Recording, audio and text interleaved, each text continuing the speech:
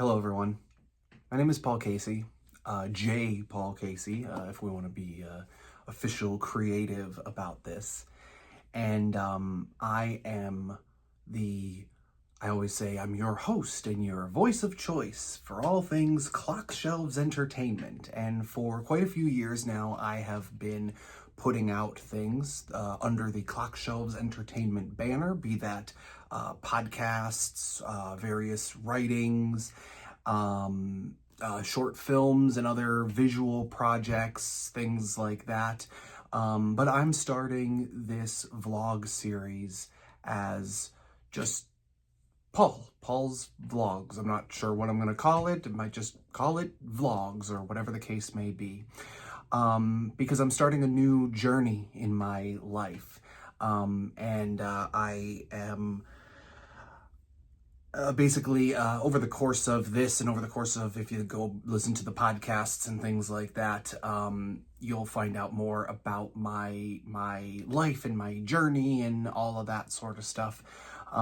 But I have written a brief thing, so I'm gonna kind of read that to sort of get us started, and then we're gonna go into the vlog footage, if you will, as I start this next journey. But basically, summing it all up, I am focusing on me and my creativity and things that I haven't necessarily done before in the past. So, yeah, that's really what this comes down to. This post or this statement that I'm about to read will also be featured on my personal social media and things like that.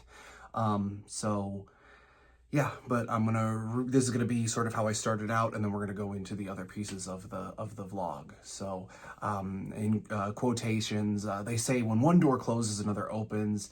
And then that's the end of the quote. The other quote that I have at the beginning is, every new beginning comes from some other beginning's end, unquote. And then my words. There are a million cliche phrases I could use when it comes to the concept of starting over or starting fresh. Most of them would be accurate and most of them would apply today. As of today, I am officially starting a new chapter in my life. It's funny how much I love spring, and that season is often associated with new beginnings, but for me, autumn seems like that time. As Richard Gilmore once said, I am an autumn, and that may apply to me. Some years back, I left my longest tenured job at the end of July. Had a gap of time in August, and around September, October, my life changed immensely and dramatically. I eventually bounced back through friendships, love, growth, and the grace of God, but it all started on an autumn day. After going through lockdown, we all remember that, finding a new job and getting established there, it came time for a promotion, and that process started in autumn as well, about a year after the previous incident. This was followed by the year after that, making another big change and taking a leap into another job with a different company, a completely different industry, and all new challenges. For those following along the journey, whether you know me from before all of this or through the podcast or whatever, or if you know me in my personal life and you're on my personal social media, this is a quick aside, this isn't part of the statement, if you will, but you know I'll post things like that. So back to the statement. For those following along the journey, that was the blasted grocery store days, the relationship heartbreak days, the COVID days, the Bed Bath & Beyond days, and leading into the job that followed. A life-changing trip down south. I'm from the northern part of the eastern United States. After a life-changing trip down south in August of that year, 2022, and although that summer, when I got back to work, my mindset was once again totally different. By that point, I had seen some great parts of states I never would have thought. I saw some family I had only met once prior, made some new friends, saw some old friends, and was reinvigorated. At that point, things were about to change at my job, too. It was late August into September. My boss revealed she was stepping down as store manager. This was big for all of us as she had cultivated a really good team, and some of us wondered what might happen next. Most of us stayed on with the possibility of moving up now in sight. I had already moved into a management position at that point, but it was the lowest management position one could have.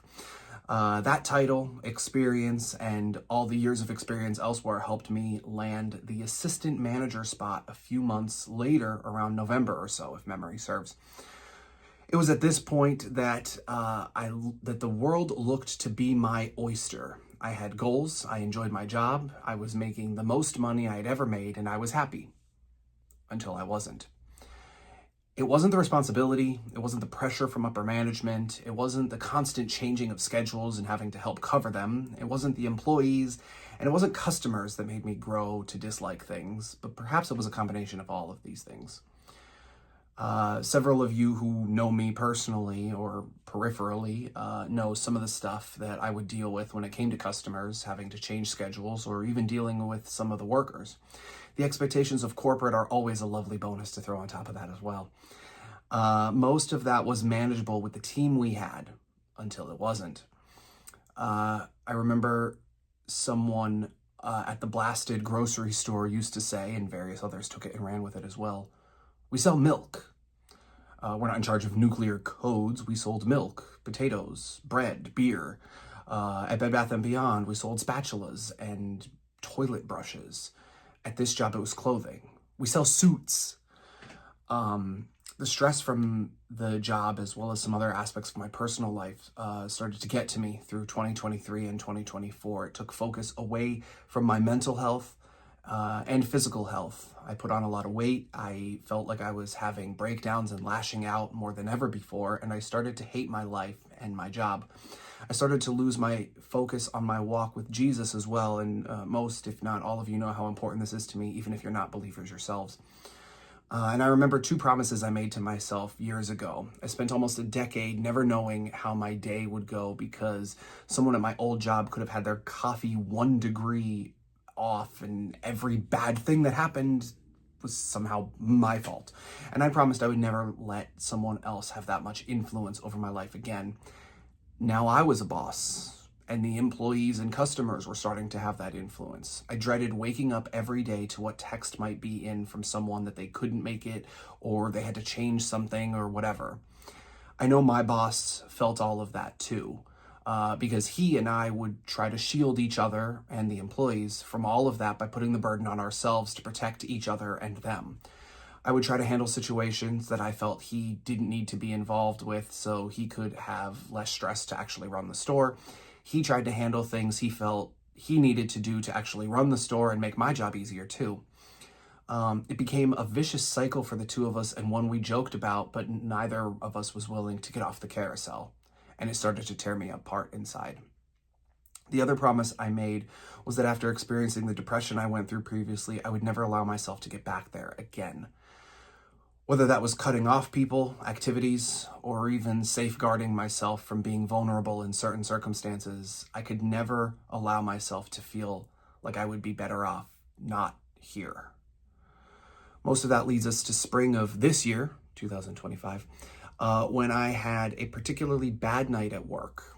A customer was extraordinarily rude and insulting and inconsiderate, and I had enough. Between it being the busiest time of the year, corporate not backing up our pleas for more help despite doing amazing numbers and lining their pockets, workers leaving abruptly, one great employee out on maternity leave, and a whole host of other stressful issues, I finally broke. I gritted my teeth, I closed the store, and informed my boss that I would be bringing in my key the next day because I was done. It had become a somewhat morbid joke at that point between my boss, myself, and one of our part-timers that if any of the three of us quit, the other two wouldn't be far behind and the whole operation might collapse. But I had gone through enough. I was done. I was staying late to clean up the gigantic mess, but I was done. 20 minutes later, he came through the door. We talked. I yelled a lot. I eventually calmed down and I walked it back. He and I went out to dinner, and things seemed a little bit better. Unfortunately, that didn't last long, as both personal life and professional life began to clash again. The same problems kept happening at work. New problems were cropping up at home. And I realized that I was just floating through life and not living it. I began to try to structure a plan. If you know anything about me, you know that plans don't always work out too well. I use, some may say overuse, the old phrase, man plans, God laughs. That became more apparent as I started going deeper into what I wanted to happen. And maybe that's because it's what I wanted to happen and not what he wanted to happen. Which brings us to now. Due to all of the previously stated stuff, mixed with other shenanigans I would never air out on social media, nor in public, some involving me and some not. Due to some personal issues at home, as well as a variety of other factors, I found myself in an interesting situation. With counsel from my mother, some other incredibly close confidants, and a lot of prayer, I made the decision to leave my job. It was not an easy one. Despite what it may seem like on the outside, it was not a quick decision either, as evidenced by everything I just laid out. I gave my notice to my boss, and as of you seeing this or reading this, I am officially unemployed. I'm looking into some other new and exciting opportunities. I have a few things on the horizon. One of the biggest is that I will be trying to focus on myself, my mental and physical health, and my creativity. Obviously, again, if you're a personal friend of mine, most of you know this comes in the form of podcasts, but I will be doing some other stuff as well. This is not easy. It's not even necessarily fun, but it is what has to happen for me. And I am who I need to focus on. I would like to publicly thank my boss for teaching me, helping me grow, and giving me the chance to be in that higher management position. I would like to thank the former boss at that job for hiring me, giving me my first management opportunity, and encouraging me when I didn't believe in myself. To all the workers there, past and present, thank you for all the lessons, the laughs, and much more. Starting over, healing, growing, and whatever else needs to come next won't be easy, but it doesn't mean it won't be worth it in the end. And even if I fail, it'll make for a great story to tell on the podcast. As C.S. Lewis once said, there are far better things ahead than any we leave behind.